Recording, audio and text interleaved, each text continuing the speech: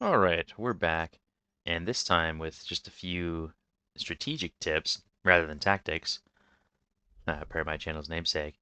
I wanted to highlight a couple of worlds here that might help newer players or even just those of you who are interested, who've been playing a long time, how I build worlds the way I believe to be optimally. So I obsess over this. I go like 191 worlds, I go over all of them. I try to think like what is the best way to get the most value out of this world. And we're going to start with Solus because it's such an interesting world. And I think it sort of sums up the mod creator's philosophy pretty well. We just sold that administrator, so I can show you one of the heroes here. He's an administrator engineer, 10% decrease in cost and build time. I was using him before I hit population cap. As you can see, I'm like riding right up on it. I need to expand more before making him again. And then one of these guys retires, I'll, you know, bring him back. This guy's truly incredible. What he does is he makes this world effectively a discount world. So you can see here at Rothana, we get discounts to building captor carriers and auxilias and Lupus missile frigates. And that's really great. That's because of the local manufacturer bonus for Kuat drive yards. Those wheeling and dealing rascals supporting both sides of the war. He also helps us mimic this discount. So without Timbuktura, who I guess I'll just sell to illustrate the point, let's go like this. Yeah, see that was 4,000 something, 4,050, now it's 38.25. So that's a really great price for Munificent. The only place they can beat that is Scipio. Well, Megiddo rather. See, they're 3,600 here. So, pretty outstanding price for Munificence. Nimban, highly specialized world. Different little sneak peek there. Maybe we'll get to that later, but this relates to Solus because it means that it's basically a heavy discount world for all of the ships you care about that are light and medium. And like starfighters are so cheap that you don't even need to discount that badly. But build this guy here and he will be an outstanding production center.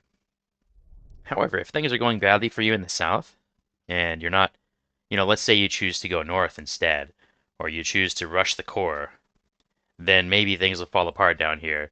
You won't have a Raidu always. Maybe you'll have lost Yogg-Dual.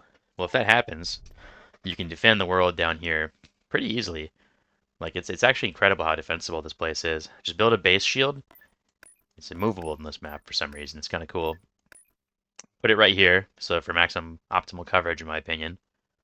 Put a base here, and then just let the enemy funnel and get slaughtered in this corridor. And you have a bunch of Sulistan civilians that spawn down here and help you, like pincer him a little bit.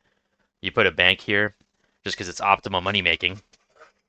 And you can just use the B1s that spawn to cap this stuff and block him from sending infantry all the way around.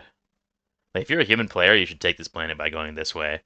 But this is all, we're getting back into tactics. I guess I can't escape my channel's namesake.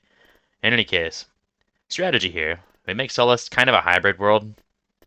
There's a lot you can do with it, but as long as this looks like this up in space, I think it's optimal. And down on the ground, in theory, like if you're feeling really safe in it, like super, I'll never lose this world, then you don't want to have those bets hedged. Then I would probably just do, something like this. Always a lip prison, a couple of those. Just to max out that population. But I like defense in depth. I like being secure in my borders. So like places like Garantham, we got all the mining stuff, but we also put up a shutter shield. Because in my opinion, like if you don't have some kind of protection from bombardments, you might as well not even have a garrison. And that's a perfect transition into the next topic. Another perfect example world. We would like every world to look like Tatooine. It's a beautiful map. It's really cool. So interesting. Lots of opportunities. Lots of enemies that just spawn in around the area. Like hostile factions that the AI has to fight through from our lands over here. But look at how much population this is. We're looking at what, 19? We're looking at 20, 30 population. Dang, yeah, that's amazing. And the 4 we get baseline. So you ideally we would make every world look like this if we didn't have to worry about raiding. If the AI raids here, I think we'll be fine because of all the local militia that spawn. Just because we have a bunch of droids and we can pay for turrets and things. Yeah. We do stuff like this here. Like if there's a buff that I like that I don't want to lose, it's like, oh, that's kind of neat. I'll put something here, like an outpost. But that's role playing. Like technically, Beginning optimal would be final this. construction. Like you just go through, fix all your worlds, squeeze as much population as you can out of them, squeeze as much money as you can out of them. Yeah. If this kind of content interests you, please let me know and I'll make more. But for the time being, I think that highlights the point, and I can just put this up separately. Thank you for watching. See you later.